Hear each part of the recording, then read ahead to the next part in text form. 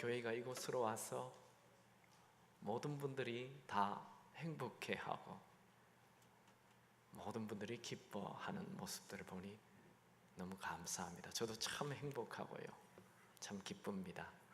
우리가 원래 있었던 수지 하우비 상가, 그것을 놓고 모든 교인들이 기도했습니다. 근데 그곳에 우리가 사용했던 칸이 총 8칸인데 총 8칸이 모두 지난주 화요일 날 매각이 되었습니다. 우리 하나님께 영광의 박수 한번 드리죠. 감사합니다. 하나님 감사합니다. 네, 참 기쁜 일이죠. 이렇게 모든 것이 순조롭게 다 되어가는 것을 우리가 알고 있습니다. 여러분들이 또 계속 기도해 주시기 바랍니다. 저희들이 2019년 2월 말까지 이 잔금을 다 치르기로 했어요. 그래서 우리 각자 교우들에게 하나님의 큰 은혜가 부어져서 각자 가정에 하나님의 큰 형통함이 넘치게 되기 바랍니다. 감사합니다. 오늘은 치유하시는 성령님이라는 제목으로 말씀을 나누기 원합니다. 시대가 발달하면 발달할수록, 과학이 발달하면 발달할수록 의술도 발달하지요. 그래서 많은 질병이 치유가 되고 있습니다만, 근데 이상하게 질병이 더 많아져요. 또 더 위험한 사고가 더 많이 일어나요. 또 생각지 않았던 전염병이 굉장히 많아져요. 그래서 옛날보다 지금은 더 많은 사람들이 아파요. 질병이 있어요. 그런데 이 질병은 육체적 질병뿐만 아니라 현대는 이 마음의 질병이 굉장히 많아졌어요. 그래서 자살하는 숫자도 많아지고요, 곳곳에 정신적인 질환으로 고통당하는 자들이 너무 많아졌습니다. 예수 믿는 사람도 예외가 없어요. 예수 믿는 사람도 많이 아파요. 이 치유는 정말 중요한, 우리 삶과 직접 연관되는 아주 중요한 것이지요. 우리가 계속 병들어 있으면 안 되겠죠. 치유가 되어야 되지요. 근데 이 치유에 대해서는 교회마다 생각이 달라요. 하나님께서 지금도 치유하신다라고 믿는 교회는 여전히 치유가 일어나고 있습니다. 그러나 치유는 성경이 기록되고 있는 초대 교회에서만 일어난 일이고, 지금은 성경이 다 기록되었기 때문에 특별한 그런 치유가 일어나지 않는다라고 생각하는 교회는 아무런 치유의 기적이 일어나지 않습니다. 저는 지금도 놀라운 치유가 일어나고 있음을 믿습니다. 저는 여러분들에게 있는 모든 질병이 다 치유되기 바랍니다. 오늘 예배 중에 하나님의 놀라운 치유가 있게 되기 바랍니다. 설교 중에, 찬양 중에, 기도 중에 치유가 있게 되기 바랍니다. 제가 어느 미국 교회에 가서 성령 집회를 하는데요, 그 집회를 하기 전에 그 담임 목사님이 내가 이번 집회에 나만 아는 병이 꼭 치유가 되어야 되겠다 하며 일주일 동안 아침 금식을 했어요. 정말 성령 집회를 했어요. 많은 분들이 치유가 되었어요. 이제 그 목사님과 공항에서 헤어지는데 그 목사님이 제 손을 콕 잡으면서, 목사님, 저에게는 남에게 얘기할 수 없는 그런 피부병이 있습니다. 그 피부병이 좀 얘기하기 힘든 이 양다리 사타구니 사이에 그 병이 있다는 거예요. 그래서 조금만 걸으면 너무너무 아파서 잘 걷지를 못한대요. 그래서 이 병이 치유되기 위하여 간절히 기도했는데 이번 집회에 깨끗이 다 나았다는 거예요. 이제는 아무리 걸어다녀도 전혀 문제가 없다면서 제 손을 잡고 너무너무 행복해 하였습니다. 여러분, 치유, 예수 안에 치유 있습니다. 성령 안에 치유 있습니다. 예수님은 제자들에게 이런 말씀을 했어요. 요한복음 14장 12절에 보면 내가 진실로 진실로 너희에게 이르노니 나를 믿는 자는 내가 하는 일을 그도 할 것이요 또한 그보다 큰 일도 하리니 이는 내가 아버지께로 감이니라. 예수님은 예수님을 믿는 자는 예수님이 하신 일을 다 하게 된다는 거예요. 그뿐만 아니라 예수님보다 더 큰 일도 한다는 거예요. 그 이유는 예수님이 아버지께로 가민이라 이렇게 말했어요. 아니, 예수님이 아버지께로 가는데 우리가 왜 예수님이 하신 일을 하게 됩니까? 그것은 예수님이 하늘로 승천하시면 곧바로 보혜사 성령을 보내주시기 때문인 거죠. 예수님은 곧바로 그 말씀을 하시고 이제 보혜사 성령에 대해 말합니다. 요한복음 14장 16절, 내가 아버지께 구하겠으니 그가 또 다른 보혜사를 너희에게 주사 영원토록 너희와 함께 있게 하리니. 보혜사 성령님이 오시면 무슨 일이 일어나죠? 우리 암송구죠. 오직 성령이 너희에게 임하시면 너희가 권능을 받고. 권능이 뭐예요? 사람에게 없는 것, 위로부터 하늘로부터 오는 권능. 그 권능은 하나님의 권능을 얘기합니다. 이 천지를 창조한 권능을 얘기합니다. 이 흑암을 빛으로 바꾸는 그런 권능을 얘기합니다. 생명이 없는 곳에 생명을 주는 권능을 얘기합니다. 텅 빈 허무한 마음에 충만함으로 채워주는 그런 권능을 얘기하는 거죠. 사도행전 2장에 보면 제자들이 모여서 정말 간절히 기도하다가 성령을 받았어요.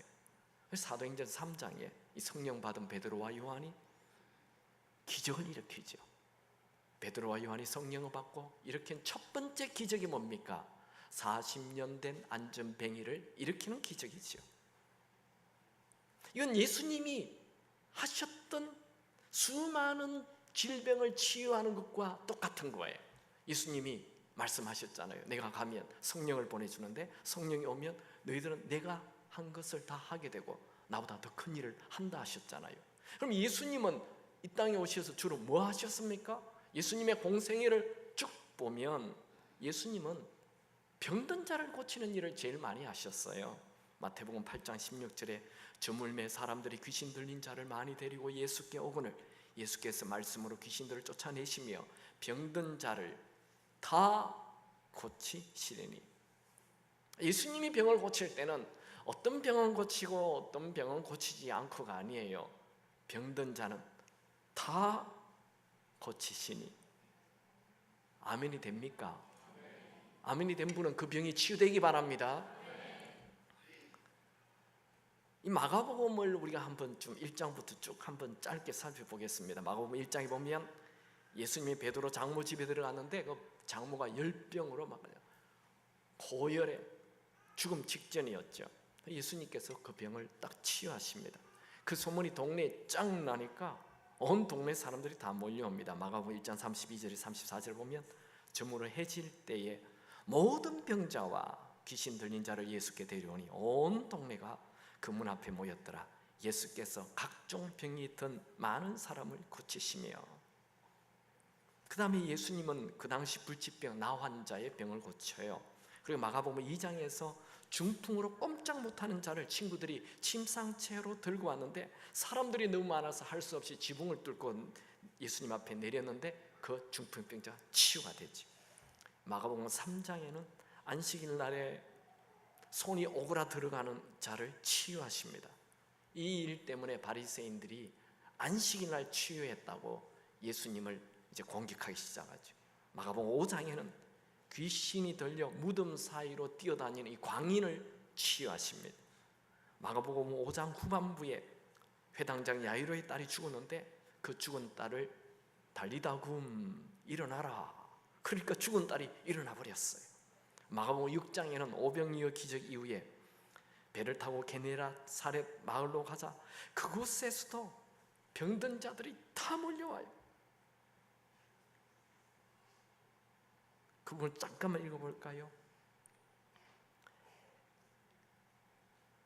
예수께서 들어가시는 지방이나 도시나 마을에서 병자를 시장에 두고 예수께 그의 옷가에라도 손을 대게 하시기를 간구하니 손을 대는 자는 다 성함을 얻으리니. 손을 대는 자는 다 성함을 얻으리니. 예수님의 치유는 누구는 낫고 안 낫고가 아닙니다. 다 낫는다는 거예요.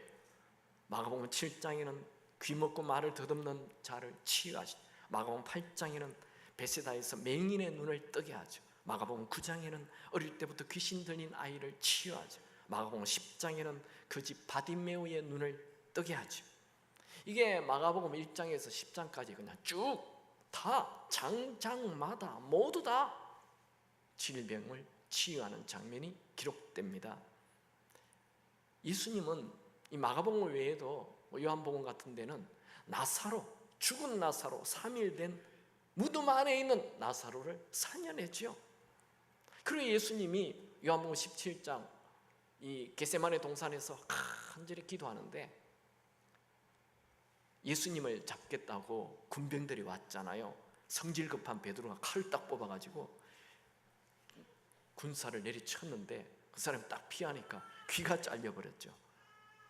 이 베드로가 굉장히 빠른가 봐요. 그냥 피했는데도 귀가 잘려버렸어요. 그러니까 예수님은 그 귀를 주스다가 적시에 붙이죠. 참 의학적으로 설명하기 어려워요. 이미 떨어진 귀가 그냥 붙인다고 저절로 붙습니까? 참 놀랍죠. 예수님 자신이 지금 체포되잖아요. 체포되는데 한 사람을 치유하는 거예요.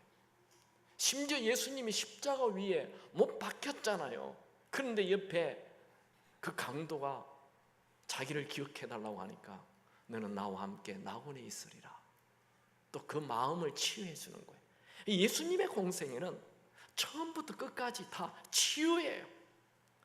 육체의 질병을 치유하시고 마음이 병든 자를 치유하시고 모든 사람을 치유하는 이 예수님의 치유. 예수님의 치유는 너무 많아서 그것을 다 기록한다면 성경책이 산더미처럼 되기 때문에 다 기록할 수 없다라고 요한복음 20장에 말해놨어요. 여러분, 예수님은 모든 사람의 질병을 치유했다고 그랬어요. 누가 이런 일을 할 수 있겠습니까? 예수님은 죽은 자도 살려냈어요. 누가 이런 일을 하겠습니까? 만약에 우리 한국에 모든 사람의 병을 치유하는 사람이 있다면 줄을 서야 되겠죠. 번호표 받고 대기해야 되겠죠. 아마 1년 대기해도 그 사람 못 만날 거예요. 너무 많은 사람이 그 사람 만나려고 서 있기 때문에. 모든 병을 치유한다는 건 불가능하지요. 우리 한국에도 명의가 있어요. 그 명의는 한 부분이에요. 위장이면 위장, 대장이면 대장, 눈이면 눈, 코면 코, 간이면 간. 하나를 잘 고쳐도 명의가 되어서 사람들이 몰려들죠. 그런데 예수님은 다 고친다는 거예요. 어떤 병이든지 모든 병을 다 고쳤어요. 근데 예수님께서 뭐라고 말씀하느냐 하면 나를 믿는 자는 내가 한 일을 너희도 할 것이요 나보다 더 큰 일을 하리라. 내가 아버지께로 가기 때문에 성령이 너희들에게 오게 되면 너희들은 내가 한 일을 다 하게 될 것이다 말씀하였어요. 근데 그게 진짜였습니까? 진짜죠. 사도행전 2장에 이 120명의 성도들이 간절히 기도하자 성령이 부어졌잖아요. 그리고 사도행전 3장에 베드로가 갑자기 40년 된 안전병을 일으키는 기적을 일으켰어요. 사도행전 4장에 베드로가 담대하게 복음을 전하고 사도행전 5장에 이 사도들이 너무 많은 기적을 일으키는 거예요. 사도행전 5장 12절 사도들의 손을 통하여 민간의 표적과 기사가 많이 일어나매 사도들의 손을 통하여 민간의 표적과 기사가 많이 일어나매 심지어 베드로의 그림자만 밟아도 병이 낫기 시작하는 거예요. 사도행전 5장 15절 16절 심지어 병든 사람을 메고 거리에 나가 침대와 요 위에 누이고 베드로가 지나갈 때에 혹 그의 그림자라도 누구에게 덮일까 바라고 예루살렘 부근에 수많은 사람들도 모여 병든 사람과 더러운 귀신에게 괴로움 받는 사람을 데리고 와서 다 나음을 얻으니라. 아멘이십니까? 사도행전 9장에 보면 베드로가 8년 된 중풍병자 에니야를 치유합니다. 거기서 에니야라 하는 사람을 만나며 그가 중풍병으로 침상 위에 누운 지 8해라. 베드로가 이르되 에니야야 예수 그리스도께서 너를 낫게 하시니 일어나 내 자리를 정돈하라 하매 일어나니 8년 된 사람, 그냥 말만 했는데 치유가 되어버렸어요. 9장 후반부에 죽은 다윗아를 살립니다. 베드로가 사람을 다 내보내고 무릎을 꿇고 기도하여 돌이켜 시체를 향하여, 시체, 죽었다는 거죠. 시체를 향하여 이르되 다윗아야 일어나라 하니 그가 눈을 떠 베드로를 보고 일어나 앉는지라. 할렐루야. 아니, 평생 물고기만 잡았던 어부인 베드로가 어찌 가는 데마다 병든 자를 치유하는 자가 되었습니까? 베드로가 뭐 특별한 의술을 공부했습니까? 베드로가 뭐 특별한 지금 약을 가지고 있습니까? 예수님은 분명 성령이 오시면 예수님이 행하는 일을 하게 되고 예수님보다 더 큰 일을 하리라 약속하셨습니다. 베드로는 분명 사도행전 2장에 성령이 부어진 이후 그는 예수님처럼 치유하는 자가 되었습니다. 어떤 분은 치유는 제자들만 하는 것이지 21세기를 살고 있는, 그런데 1세기에 일어난 일이지 21세기를 살고 있는 우리에게는 일어나는 일이 아니라 그렇게 말하는 분이 있습니다. 아닙니다. 성경 말씀을 믿으시기 바랍니다. 예수를 믿는 자는 누구나 예수님이 하신 일을 하게 되고 예수님보다 큰 일을 하게 된다 말씀하였습니다. 조건이 있다면 성령이 임함이야.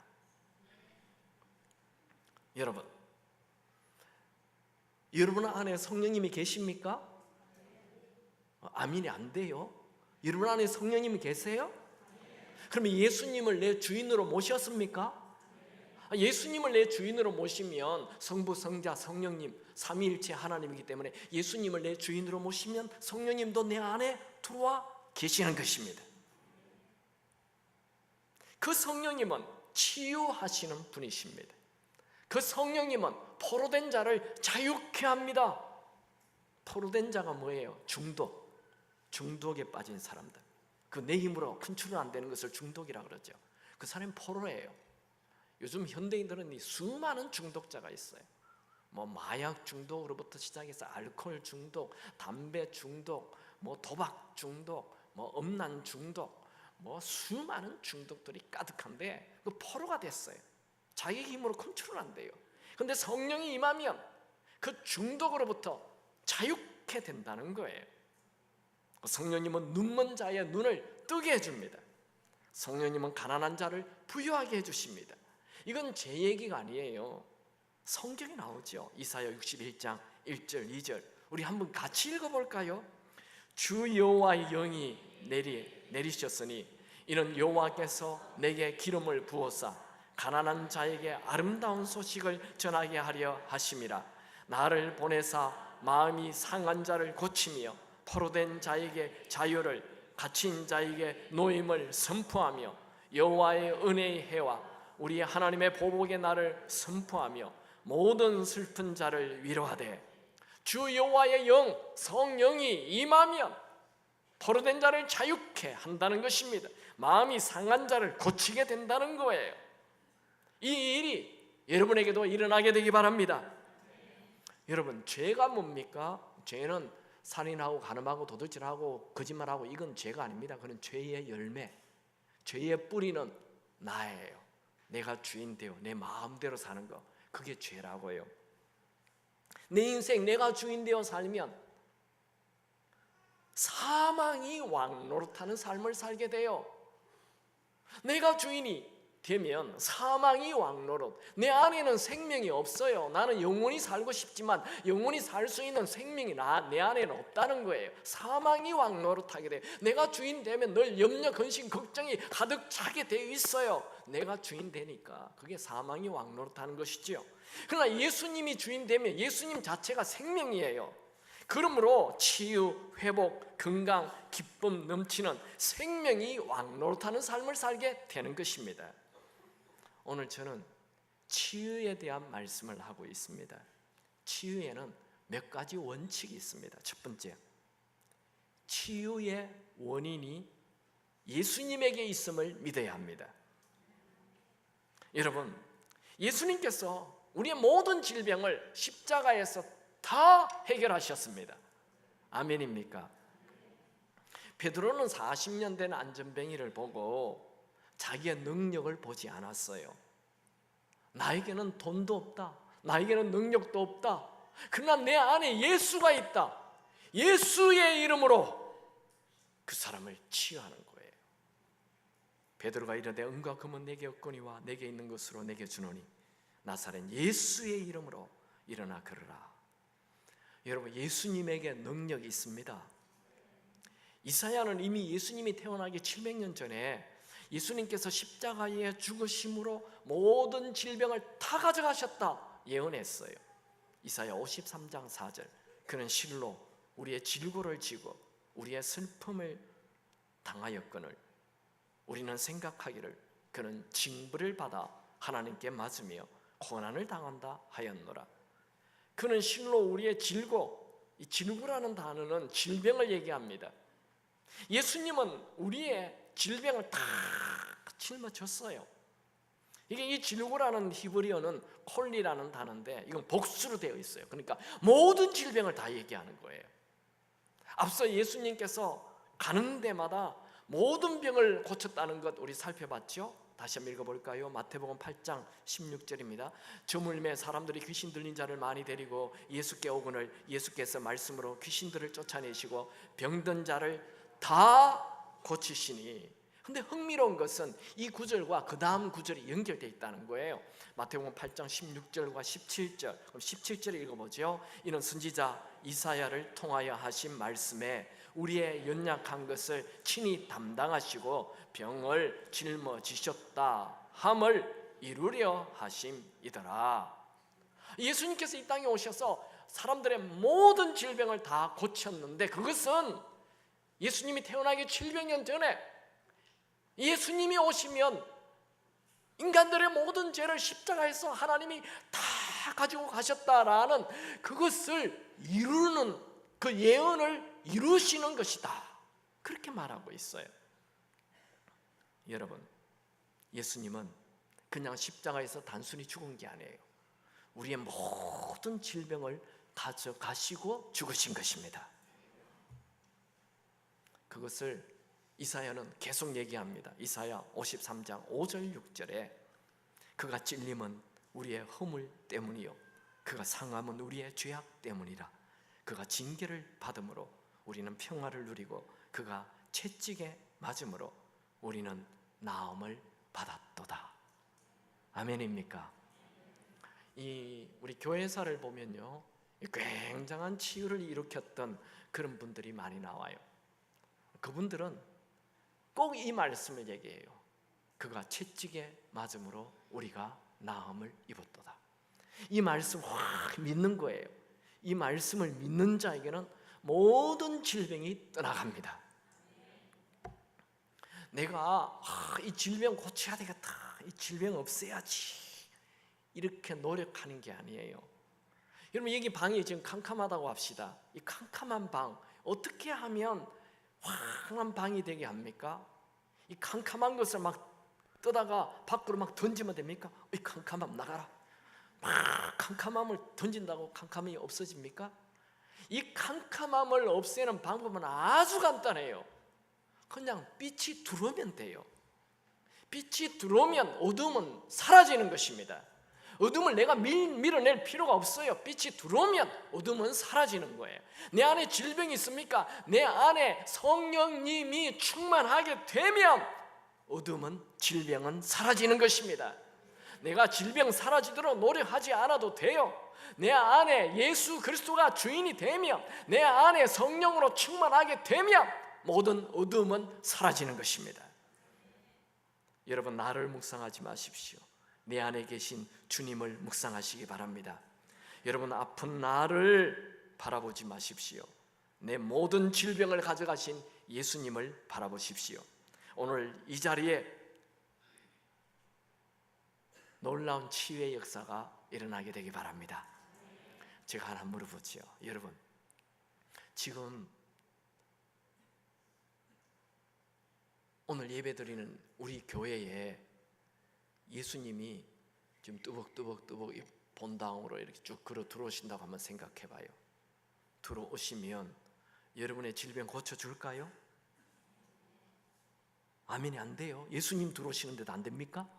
예수님 지금 여기에 쭉 걸어 들어오시면 여러분의 병 고쳐주실까요? 아멘입니까?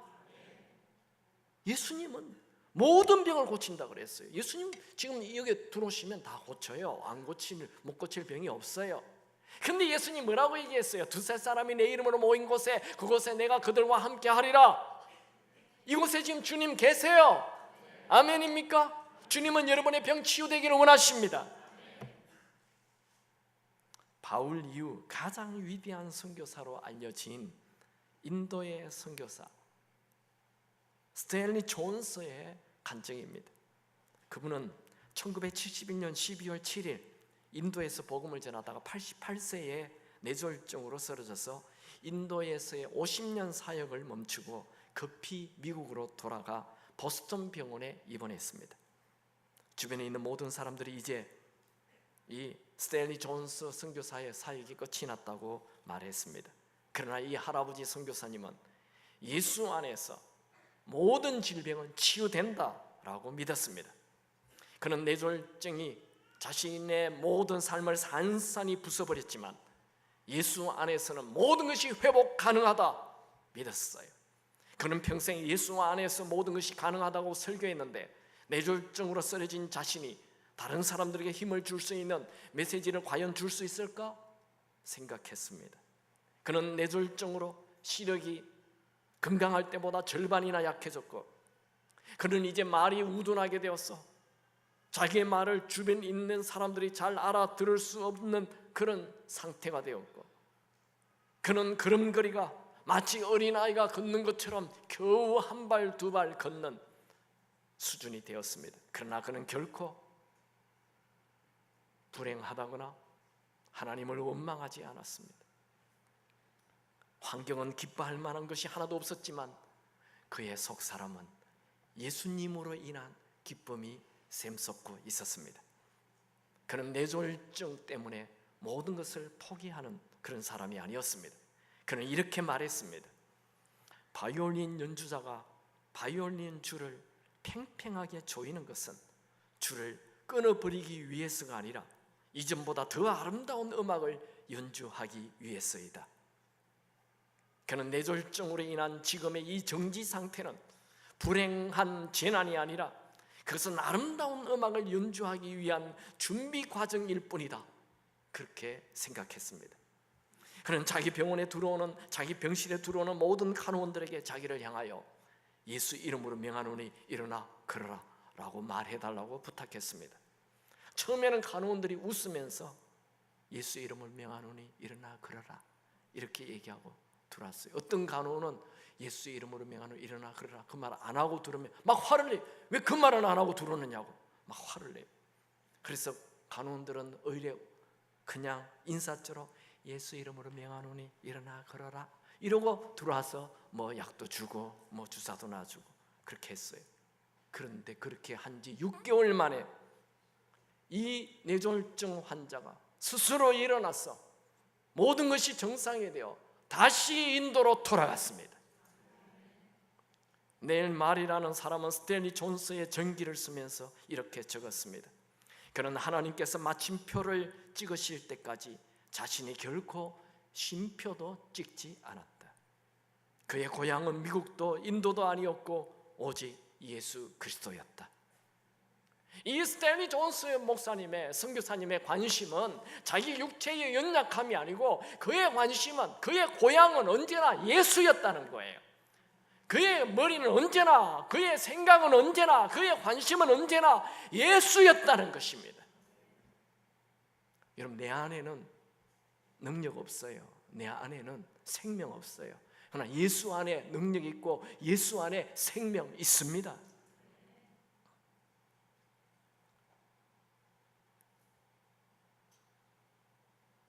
여러분 치유를 원하십니까? 그러면 치유의 원인이 나에게 있지 않고 환경에 있지 않고 예수에게 있음을 믿으시기 바랍니다.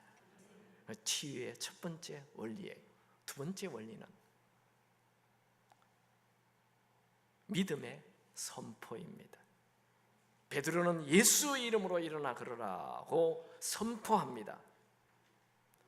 베드로 주변에 지금 사람들이 많아요. 베드로가 처음으로 지금 기적을 일으키잖아요.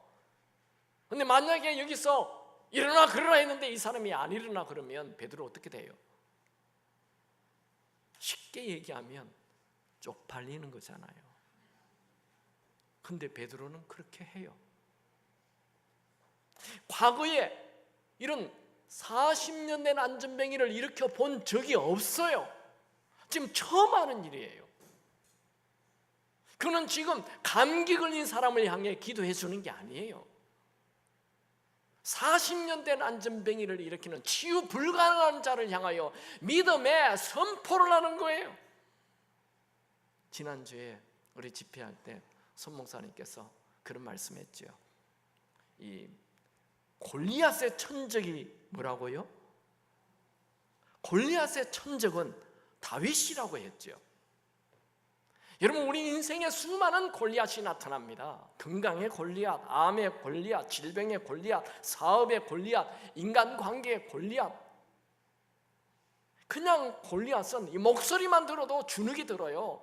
막 함성이잖아요. 큰 목소리로. 여러분이 병원에 갔는데 당신은 암이요. 그게 어마어마한 함성이 되어서 털썩 주저앉잖아요. 전화 왔는데 남편이 사업 부도 났어. 털썩 주저앉잖아요.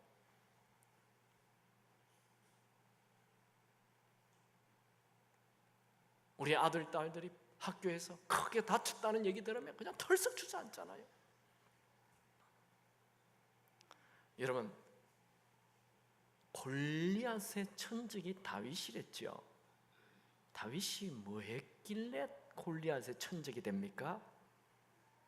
다윗이 뭐로 골리앗을 이겼습니까?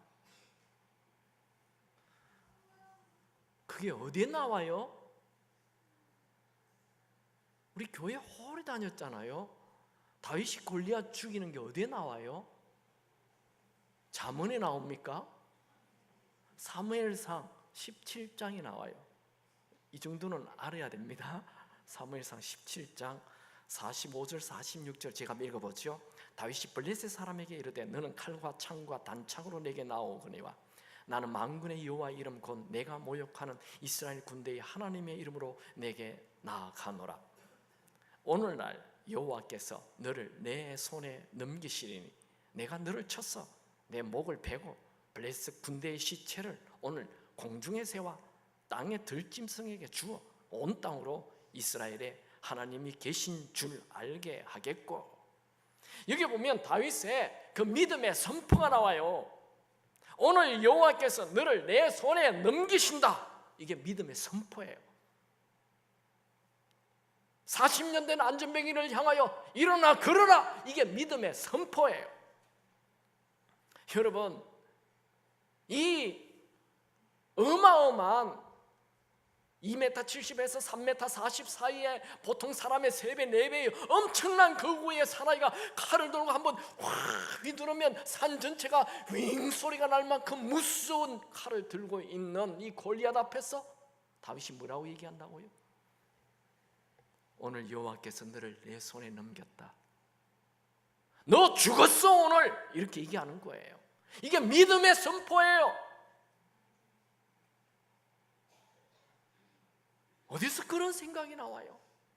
사람들은 다윗의 용기라고 설명을 해요. 여러분, 거짓말이에요. 죽음 앞에 용기 있는 사람 어디 있어요? 그건 있을 수 없죠. 모든 사람이 죽음 앞에는 두려워합니다. 이 다윗과 골리앗의 사건에 굉장히 중요한 키가 있어요. 그것은 지금 사무엘상 17장에 하나님이 오늘 너를 내 손에 넘겼다, 요 말, 이 말을 하기 직전에 사무엘상 16장에 보면 사무엘 선지자가 나타나서 다윗에게 기름을 부어요. 그 기름 부었을 때 무슨 일이 일어납니까?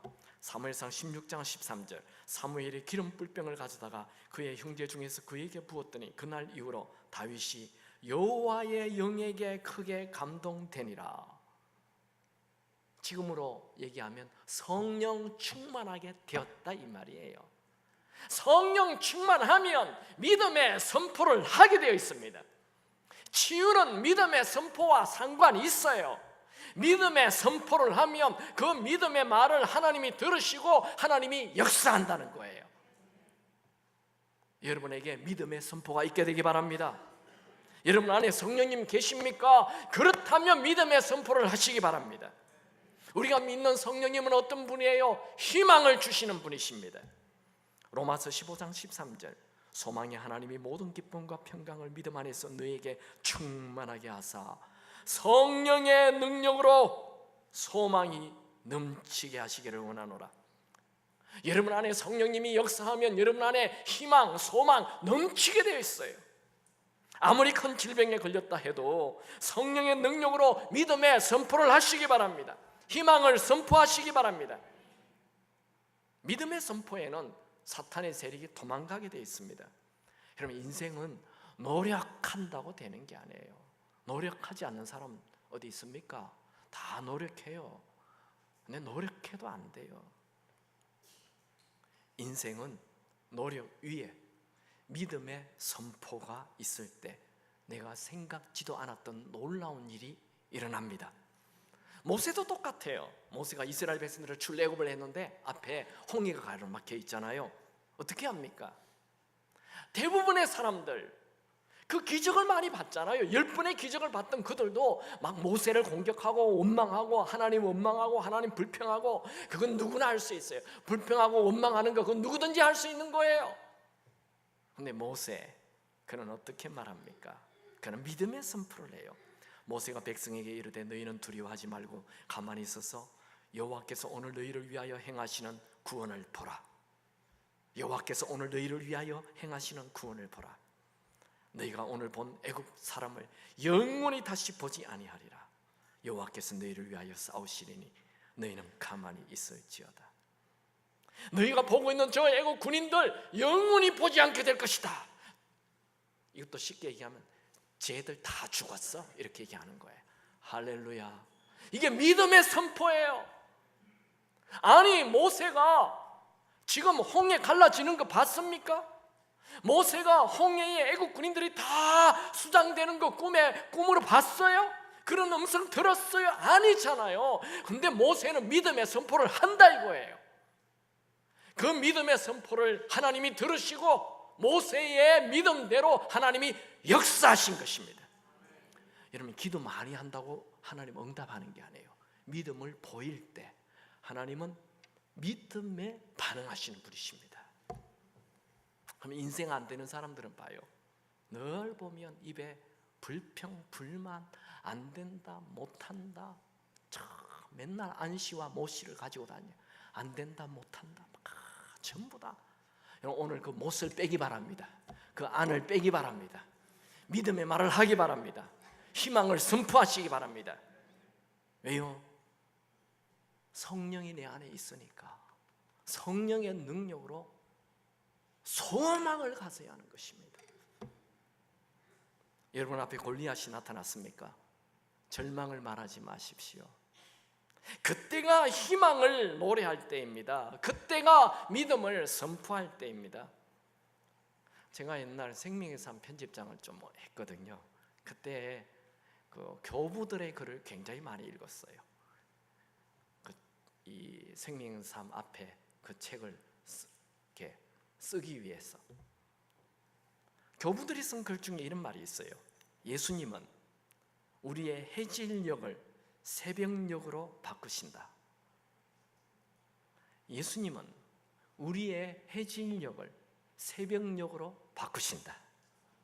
지금 여러분이 절망할 수밖에 없는 상황에 왔습니까? 그 절망을 예수님은 희망으로 바꿔주십니다. 믿음으로 선포하는 자에게는 모든 어둠이 물러갈 것입니다.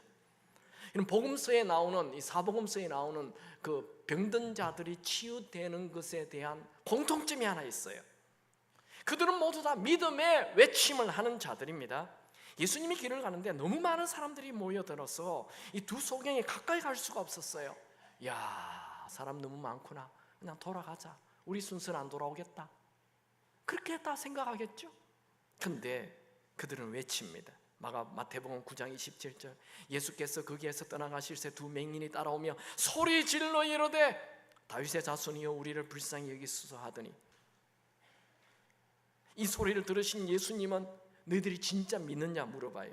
예수께서 집에 들어가시매 맹인들이 그에게 나오고는 예수께서 이르시되 내가 능히 이 일을 할 줄 믿느냐 대답하되 주여 그러하오이다 하니, 예수님께서 그들이 주여 그러하오이다 라는 믿음의 선포를 보시고 내 믿음대로 되라 말씀하셨어요.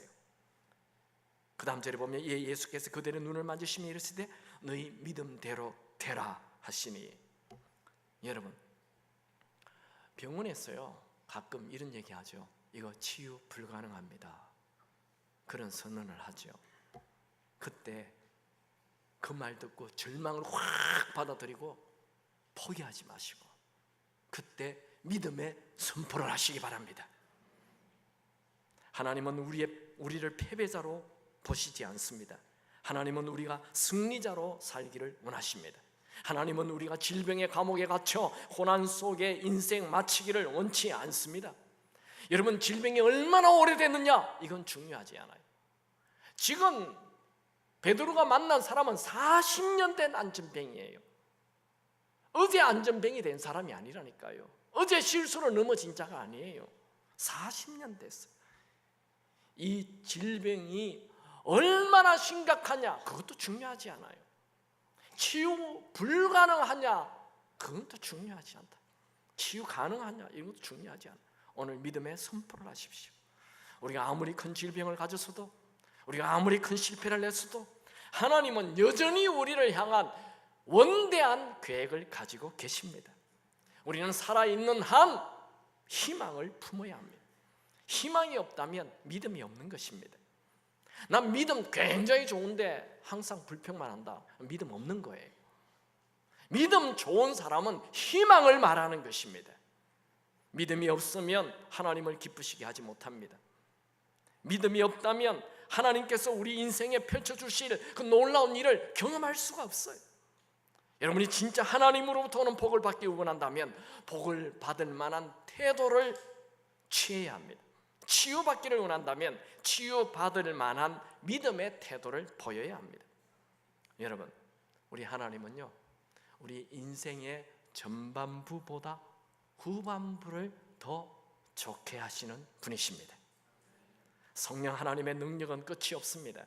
여러분, 오늘 여러분에게 있는 모든 질병이 치유되기 바랍니다. 히브리서 11장 1절에 믿음은 바라는 것들의 실상이요, 믿음은 바라는 것들의 실상이요, 이 실상이요라는 단어는 확신이요로 바꾸면 더 쉬워져요. 여러분, 아무리 아픈 자라도 건강한 모습을 그리고 확신을 가지시기 바랍니다. 그게 믿음이에요. 지금 당장은 보이지 않지만 믿음으로 건강한 모습을 보고 확신을 가진다면 하나님은 그 믿음에 역사하실 것입니다. 하나님은 믿음의 선포, 그 소리를 들으십니다. 하나님은 믿음을 가진 자를 가장 기뻐하십니다. 지금 여러분을 가로막고 있는 그 산이 너무 크다 얘기하지 말고 오히려 그 산을 향하여 하나님이 얼마나 크신 분인지 선포하기 바랍니다. 여러분, 우리 하나님은 치유하시는 하나님이십니다. 출애굽기 15장 26절, 나는 너희를 치료하는 여호와임이라. 하나님은 우리의 모든 질병이 치유되기를 원하십니다. 시편 103편 2절에서 5절 보면 내 영혼아 여호와를 송축하며 그의 모든 은택을 잊지 말지어다. 그가 내 모든 죄악을 사하시며 내 모든 병을 고치시며 내 생명을 파멸해서 속량하시고 인자와 긍휼로 관을 세우시며 좋은 것으로 내 소원을 만족하게 하사 내 청춘을 독수리같이 새롭게 하시는도다. 아멘. 이게 몸이 좀 아픈 분이 있습니까? 이 시편 103편을 딱 자기 책상 앞에 써붙여요. 내 모든 병을 고치시며. 아멘입니까? 지금 미국에서 제일 큰 교회를 하고 있는 그 조엘 목사님 어머니 간증 많은 분들이 들었을 거예요. 조엘 어머니는 1981년 암으로 몇 주밖에 살지 못하는 진단을 받습니다. 온 가족이 다 충격을 받죠. 어머니는 21일 동안 병원에 입원해서 갖가지 검사를 다 합니다. 의사들은 어머니를 치료하기 위해서 더 큰 병원으로, 또 더 큰 병원으로, 더 큰 병원으로 계속 옮겨 다녔어요. 결론은 간암으로 판명됐습니다. 조엘 아버지를 의사가 불러서 말했습니다. 몇 주밖에 살지 못합니다. 준비하십시오. 아니, 몇 달도 아니고 몇 주요? 현대 의학으로 해결할 수 없는 한계에 도달했습니다. 조엘 어머니는 병원에서 나와 내가 목사의 사모로 얼마나 열심히 주를 섬겼는데 하나님 나에게 이런 간암을 주십니까 하며 불평하거나 원망하지 않고 대신 하나님의 말씀을 마음에 채우기로 결심을 했습니다. 믿음으로 믿음의 말을 하기 시작합니다. 하루 종일 하나님의 말씀을 외쳤습니다. 조엘 어머니는 걸어다니는 성경이었습니다. 언젠가 조엘이 물었습니다. 어머니 도대체 어떻게 죽지 않는다는 말씀을 계속 하는 거예요. 의사가 이제 곧 죽는다는데, 얘야, 나는 주님과 그분의 권능 안에서 누구보다도 강하단다. 조엘 어머니는 성경에서 치유에 대한 말씀 30에서 49절을 찾아 종이에 적고 매일 큰 소리를 내어 읽고 또 선포했습니다. 아침에 일어나면 먼저 이 어머니의 선포가 온 집에 다 들렸어요. 그렇게 말씀이 선포되자 놀라운 일이 일어났습니다. 조금씩 병세가 호전되기 시작했습니다. 점차 식욕이 돌아오고 몸무게가 불기 시작했습니다. 지금은 간암으로 사형 선고받은 후 30년이 지났는데 여전히 건강하십니다. 여러분, 우리는 할 수 없어도 하나님은 하실 수 있습니다. 여러분의 말이 바뀌기 바랍니다. 평범한 말 하지 않기 바랍니다. 보통 세상 사람들이 하는 말 하지 않기 바랍니다. 말이 바뀌기 바랍니다. 믿음의 말을 하시기 바랍니다. 우리의 말이 믿음의 말로 바뀌면 하나님께서 우리의 삶을 바꿔주실 것입니다. 평생 아프다는 말을 하지 않게 되길 축원합니다. 평생 건강을 말하십시오. 85세까지 건강하게 살았던 갈렙처럼 이 산지를 내게 주소서, 이 자신감 넘치는 말, 도전의 말, 희망의 말. 여러분, 모세가 죽을 때 기력이 쇠하지 아니하고 눈이 쇠하지 아니하였다, 이런 기록 나오죠. 120세인데 눈이 조금도 쇠하지 아니하였다. 모세에게만 그렇습니까? 여러분에게도 그 일이 있게 되기 바랍니다. 제 우리 친구 목사님들이 모이면 안경을 안 낀 사람은 저밖에 없어요. 제가 얘기했죠. 아니, 김 목사는 아직도 안경을 안 껴 하면서 막 이렇게 죽을 때까지 안 끼도록 기도합니다. 할렐루야. 안과 의사 비웃지 않기 바랍니다. 믿음대로 믿음을 가지십시오. 믿음의 선포를 하시기 바랍니다. 여러분, 천국 가는 그날까지 건강한 자로 사시고 여러분 주변에 있는 자들을 다 치유하는 자로 사시길 축원합니다. 인간의 눈으로 희망이 없는 상황에서도 희망을 선포하시기 바랍니다. 로마서 15장 13절 성령의 능력으로 소망이 넘치게 하시길 원하노라.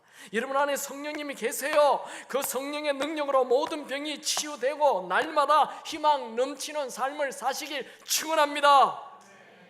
여러분에게 성령님이 계시는 한 언제나 희망 있습니다. 우리 옆에 있는 분과 악수합시다. 우리에게는 언제나 희망이 있습니다. 아멘. 찬양하죠. 치유의 원칙은 치유의 원인이 예수님에게 있다는 걸 믿어야 돼요. 두 번째는 치유는 믿음의 선포를 할 때 시작된다는 것을 기억해야 됩니다.